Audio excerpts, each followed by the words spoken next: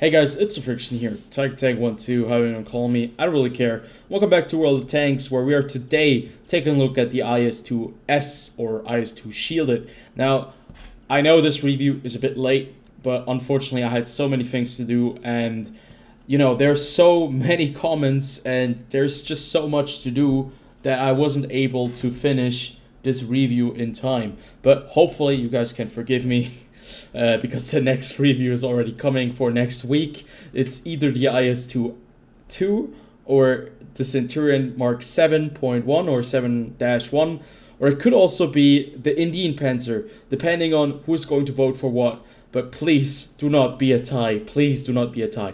Either way, let's take a look at the IS-2 Shielded. This tank was added 1 year ago, I think, when there was the event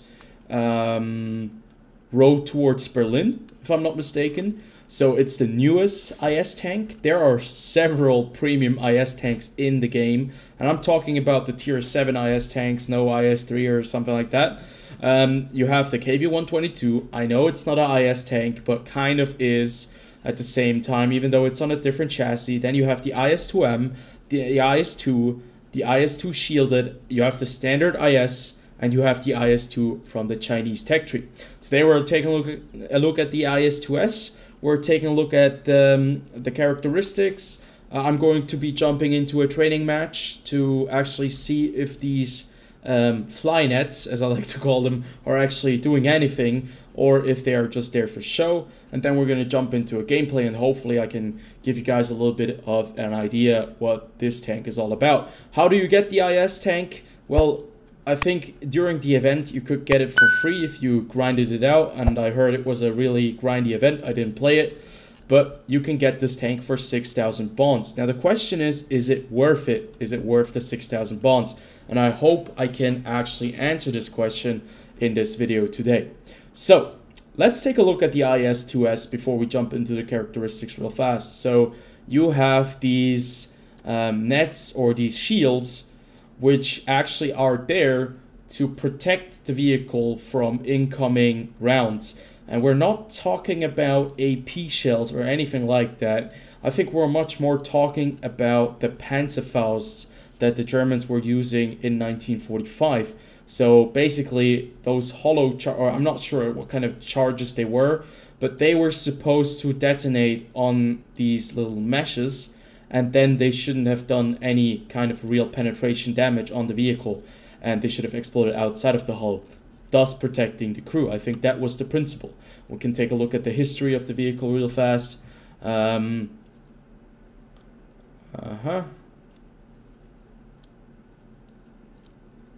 So yeah, right here, the IS-2 Shielded tank is a modification featuring additional meshed screens to increase the vehicle's survivability in urban warfare. So it definitely was not intended to give any kind of protection from AP shells or anything like that, but heat shells and high explosive shells have very similar kind of characteristics, I think, to Panzerfausts, that they also explode on impact. So basically heat shells and high explosive shells should also get caught in these nets. We're going to try that out, and I can assure you guys that it works, but we'll have to see to what extent and how well it works. But now, before we do that, we're going to jump into a comparison I've prepared with the 4 IS premium tanks and the KV-122, and we can talk a little bit about the pros and cons of this vehicle.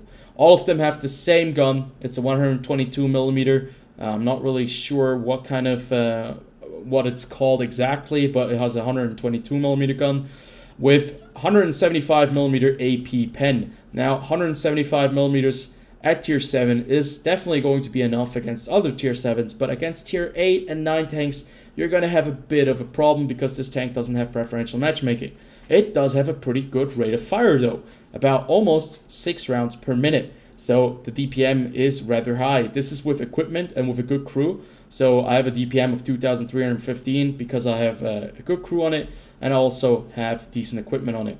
The equipment is basically only there to give me much more DPM, or to increase the fighting capability of this tank, since you will be using this vehicle mostly in close quarter combat or medium ranges. I would highly advise against using this tank in longer range engagements because the accuracy is 0.43 at 100 meters, so that is not going to work. But obviously, they all have that magic little stellinium in there. So sometimes RNG is going to be in your favor about 80% of the time. At least I've noticed that. Aim time is rather brutal, 2.68 seconds. It looks rather rosy if you compare it to the IS-2 and the IS-2M. That's because I don't have any equipment on it and no crew. I think it would be on a similar level. The gun traverse is pretty bad. As you can see, 27.38 degrees per second to turn your turret. That is horrible. And the gun depression of 6 degrees is about the average that you get with Soviet heavy tanks. So yeah, the KV-122 is a vehicle that is supposed to be very mobile and flexible, while the IS-2 is supposed to be a vehicle that has better protection. You can see that with the stats right here. You have 1,260 HP, you're going to need that. You have 100 millimeters at frontal armor, 90 on the side, 60 on the rear, and we're going to talk about that real fast. So let's pick the IS-2 because you can see it better. You have a very interesting kind of slope at the front, and then you have also some angles here on the side of the IS tank, and you can see it's the exact same on the IS-2 shielded. The only difference is that those meshes kind of obstruct the view, and if the enemy player doesn't really pay enough attention, he might just shoot you at an angle right here instead of into the tracks. I've seen it happen before, and it might happen to you, so maybe you get lucky.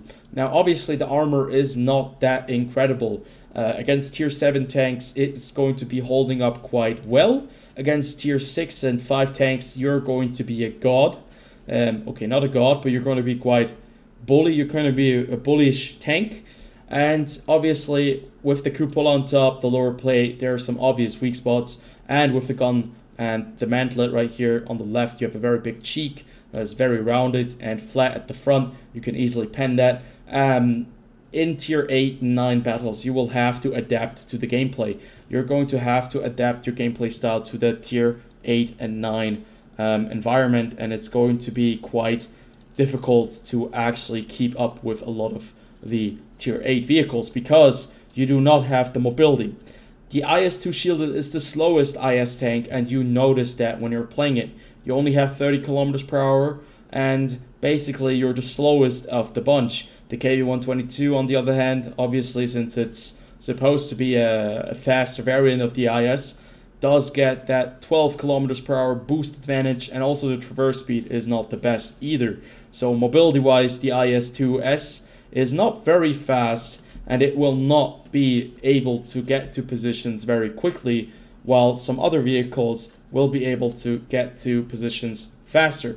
Concealment-wise and spotting-wise, this is really important. The spotting, concealment, this tank doesn't really have any concealment. It's a heavy tank. It's not going to be able to hide itself pretty well.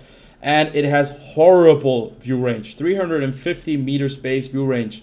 You're not going to be spotting anything for yourself anytime soon unless you actually push those stats extremely. You can see I'm at 374 if I use premium consumables and I use equipment. I might be able to push it to 400 or maybe even 410, but that would definitely be the limit with this tank because obviously the IS-2S is not supposed to be a scout, it's not supposed to be scouting for itself. It's supposed to be a breakthrough tank that does open breaches and that just pushes into areas and does do its damage. Because of the DPM, you're going to be able to unload quite a few shots, and you're going to be able, as in tier 8 and 9 matches, you're going to be a great support tank with other heavies. You can pretty much assist them, but if you get hit, you're going to be lasting for only a very short period of time, because the tank just doesn't have that protection. It's an IS tank. IS tanks, especially the IS tier 7 line, doesn't really have any real protection, and they do get knocked out very, very quickly, especially with those high pen guns that we have nowadays in tier 7, 8, and 9. So yeah, you have to keep that in mind, because it's going to be playing itself very differently in tier 6, 5, and 7 than it will in tier 8 and 9. So keep that in mind. Also, you don't have a lot of rounds. As you can see right here, I have 8 premium rounds and 18 AP shells. I've just changed it around. You only have 28 rounds. And with the DPM that you have, you actually can spend them quite quickly. We will see that in the gameplay just in a second. But yes, the IS-2 shielded, generally speaking, the stats are nothing crazy. It doesn't seem to be extremely powerful, but it doesn't seem to be bad either. I think this is one of those premium tanks that goes into the category of, well, it kind of is balanced in the sense that it's not better than the standard IS. I think it's a bit worse as well, but obviously I think that's a great thing to have, to not always have to worry about overpowered tanks. But that does kind of open a new can of worms, because you want a good tank for your bonds. But obviously we're going to talk about that at the end of the video. Let's jump over to see what those meshes do when you fire at them with high explosive anti-tank ammunition at tier 7. Okay, so I picked the Scorpion, and this thing has 275mm of penetration with its heat shells. Now, I'm not really sure if this is going to be working, but it's quite fascinating to see that once more the reticle is actually yellow or orange, which means there is no 100% or no extreme high chance of penetrating. So that one goes right through there. But I think we might have maybe one bounce, but you can see 2 out of 2, 275mm of pen. Actually, I thought that was going to go right through, but it's quite interesting to see that the armor actually holds up with that heat shield. So it must have an effect on those heat shells, because the armor, obviously, it is a bit angled. Yes, it's not completely flat right there. If you look a bit closer, you can see it. But still, a heat shell doesn't really have that much trouble with 275mm of pen going against that angle, because it's still a heat shell and it should actually be able to go right through. So that screen that you have right there actually does do something. So let's try it one more time.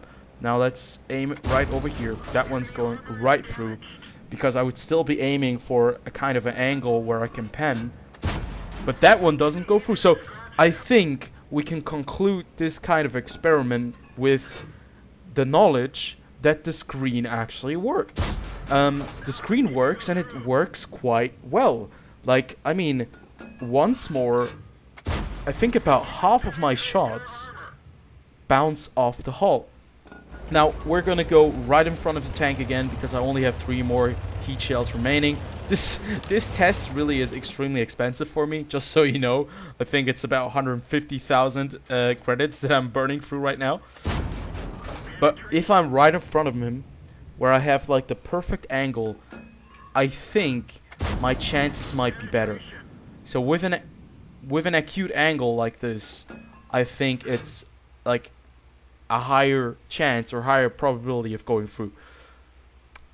But still, if you can angle the IS-2 shielded a little bit, and you have a little Scorpion in front of you, you're still actually able to bounce quite a few rounds, which is already fascinating enough. I think the mechanic behind it is already fascinating, that the screen actually works. So one more time, we're going to try the high explosive shell. It actually does damage, very similar kind of amount as the Type 62 did, but obviously, I mean, the shell will explode and it will do damage, but it won't do a lot of damage. So there was your test. The heat shield actually works.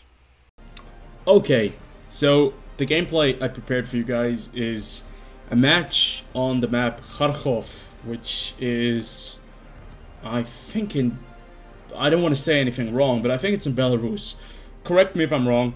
Either way, we've already talked about the fact that these meshes actually do stop heat shells. Now the thing is, there are actually not a lot of tanks at tier 7 that use heat shells, at least not of my knowledge. But it has to be like a real special scenario where somebody shoots you exactly at that moment with a heat shell for you to actually bounce it, and it needs to be at the right angle, because a lot of the times the shell will still travel right through it. Most of the tanks have APCR as premium shells, so even though they are firing APCR or premium shells, well, you're gonna have a bit of a bad time. Yeah, sorry for the wiggling right there. I was checking some things. Well, this is a game that you will find yourself in quite a few times. You're playing against tier 8 vehicles, some tier 7s. This is probably one of the better matchups that you can get. You can go up against tier 9 tanks, and there you're completely useless. But in a scenario like this, you really need to be careful with what you do.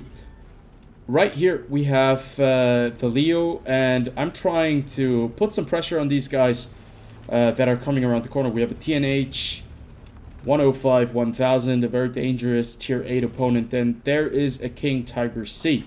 Now, we've talked about the accuracy of this tank already. 0.43. You will not be hitting shots with this vehicle anytime soon. It's not a very accurate tank, and that really means that you have to be in those close quarter fights, because the close quarter fights are actually where you can be quite effective, and you just have to hope that your armor can hold up. It helps if you are a bit conscious of when to push and when to not to push. We have an IS-6 over here and an 1815 that both just pushed in behind them.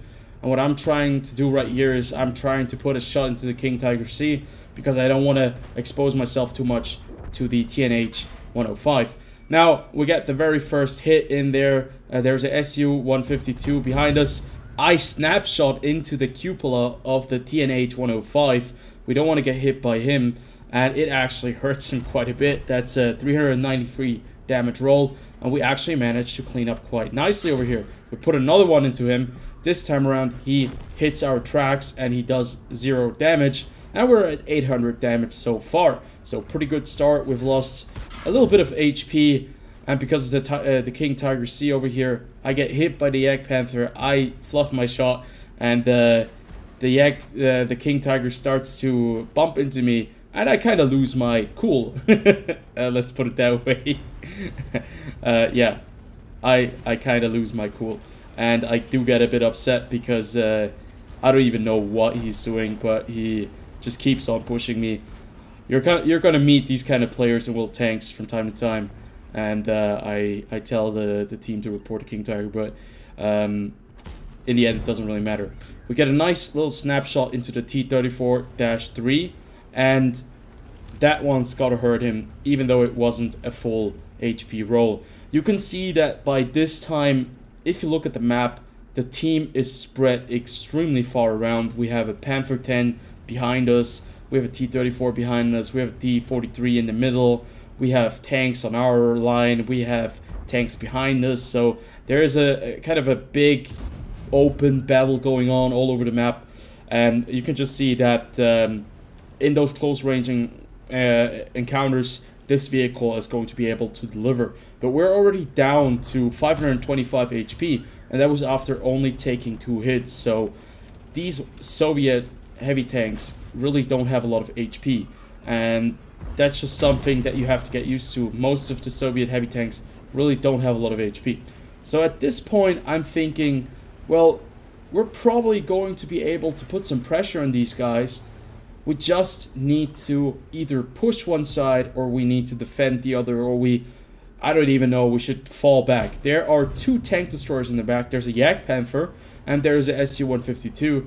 And I think I hit the Yak Panther at least once, and I think I'm going to hit him again, because you do not see the shot going anywhere.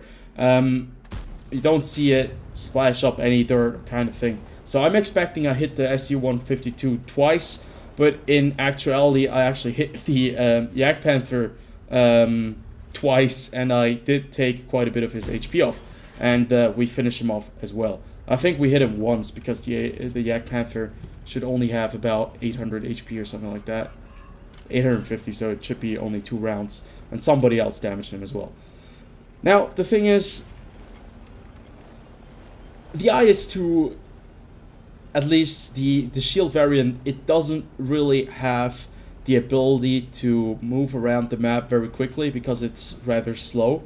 And it doesn't have the best protection. You can see I only bounced 1 round, and we're only playing against tier 8 tanks and a couple of tier 7s, but not a lot of shots will bounce, because this tank doesn't have the best kind of track record. And I make a big misplay right here. I'm engaging the T20, completely forget about the WZ-120 over there, and I know that kind of my fate is kind of sealed, so I have to fall back. I'm spamming APCR shells right there to finish him off or hit him at least one more time, and unfortunately, this time around, we do not survive the engagement. The WZ does finish us off. Now, the thing is, with the IS-2S, this is not an extremely powerful vehicle. Even at tier 7, you will notice that it's extremely situational. You actually have to be able to read the situations. You need to know when to push. And it really only is effective in close quarter combat. And if you're running around and you want to support someone against maybe other tier 8 and 9 vehicles, you better make sure that you don't get hit, because your HP is gonna just dwindle down very, very quickly, and you have to keep an eye on that as well. So the tank is not very combat effective in higher tiers. I mean, who thought that? Nobody thought that. It's just the matchmaking is not perfect. We all know that. It's also not very effective at tier 8, and at tier 7 you can make it work as long as you do have like the right position. If you go into the town, you can see we did deal quite a bit of damage because the DPM in this vehicle is actually quite good, and you can actually make it work. You can make it work for you if you pay close attention, if you have a little bit of support. But it's an IS tank. It has its limitations. The limitations lies with its armor, with its mobility, the accuracy, the gun handling on the vehicle is a bit it's a bit weird since it's a Soviet heavy tank. But if you really get into those games where you can slug it out with other heavies in those close quarter fights at tier 7 and maybe even tier 8, it's a lot of fun. The thing is, I always like playing the IS tanks. I enjoy them because they're a lot of fun. They are easy to play, they're difficult to master, and they give you like a platform where you can work with, and you just have to find the right way to utilize the platform. And I think it definitely is a tank that I would enjoy playing. The feature that you have with the shields, it doesn't come into effect often, but when it does, it's like a super satisfying feeling when somebody shoots a high explosive or AP shell at you and it gets like caught up in the mesh. But other than that, it's just kind of a novelty feature. Like, do you need the IS-2S if you can pick up another IS premium tank, or if you already have an IS premium tank? It's not worth it. I wouldn't go for it. Now, if you are thinking about collecting this because you're a tank collector, obviously go right ahead. It's an IS tank. You can't go wrong with it. It's not that much worse than the others. It's basically on par. But if you want a tier 7 premium tank, you know, the very first, or a premium tank, the first premium tank that you want, I think that this tank might be a bit underwhelming for you. I would rather like save up 2,000 bonds to get to the tier 8. But if you really like, if you like IS tanks, you like the IS-1, the IS-2, obviously this is a choice that, why not? If you want a premium, you love the Chinese one, you love the Russian one, go ahead, get it, grab it for yourself. I think it's great that we have a bit of variety on the bond shop. And I mean, there are people sitting on stacks of bonds, so, you know, use it if you want to use it, get the tank if you want to get it. But I hope that I could show you guys a little bit if it's worth it or not. I think for most of the players, there are better options out there if you want to get a tank that is really strong. But if you want a tank that is fun, that is IS, you don't have to think a lot about, obviously this tank is a lot of fun. Why not? Go grab it. But either way, I hope you enjoyed this video. I see you guys on the next one. Until then, have a good one.